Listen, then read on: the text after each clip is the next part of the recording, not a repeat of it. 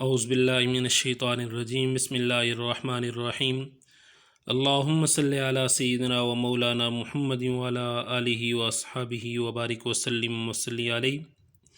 Dear viewers, उम्मीद करता हूँ कि आप खैरियत से होंगे। नेक्स्ट जो हमारे पास इम्पॉर्टेंट टॉपिक है चैप्टर नंबर 7 का मेटाबॉलिज्म से लिया गया है, enzyme inhibition.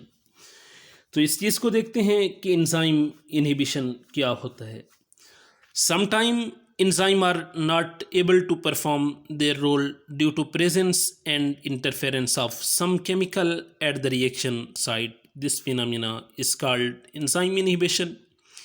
Those chemical substances that react with an enzyme in place of substrate but does not convert it into the product, thus inhibiting the enzyme action, are known as inhibitor. तो सबसे पहले हम देखते हैं कि enzyme inhibition होता क्या है। मैं फ़र्ज़ कर रहा हूँ कि ये हमारे पास कोई एक एंजाइम है। इस एंजाइम के ऊपर आपको पता है कि ये इसकी हमारे पास एक्टिव साइट है।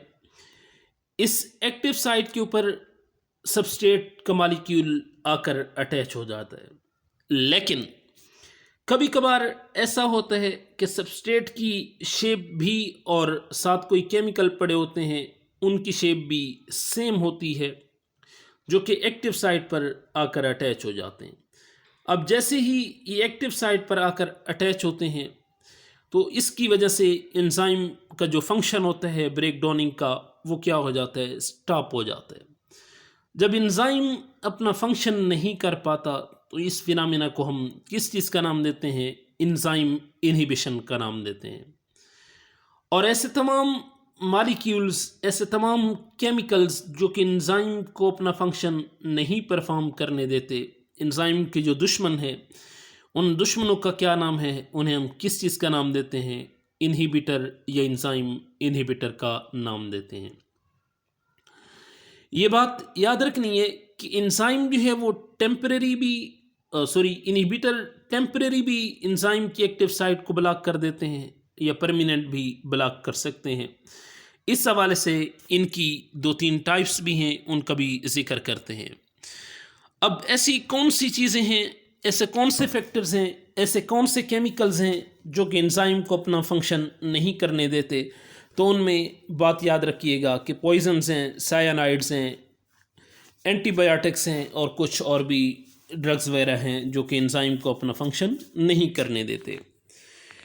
तो अगर इसकी टाइप्स की बात की जाए, दो हमारे पास इसकी मेजर टाइप हैं, कॉम्पिटिटिव इनहिबिशन और non competitive inhibition.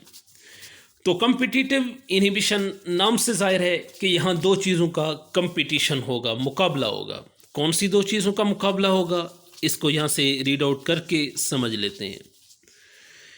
If enzymes are inhibited due to presence of molecules that occupy the active site due to their similarity in structure and shape to substrate is called competitive inhibition. Such inhibitors are neither converted to product nor allow the actual substrate to bind, hence reaction does not proceed. Competitive inhibition is temporary and can be reversed if the concentration of actual substrate is increased then the concentration of inhibitor molecule. तो ये हम देख लेते हैं, diagram भी मैंने यहाँ पर शो किए हुए। मैं फ़र्ज़ कर लेता हूँ कि ये हमारे पास एक एंजाइम है।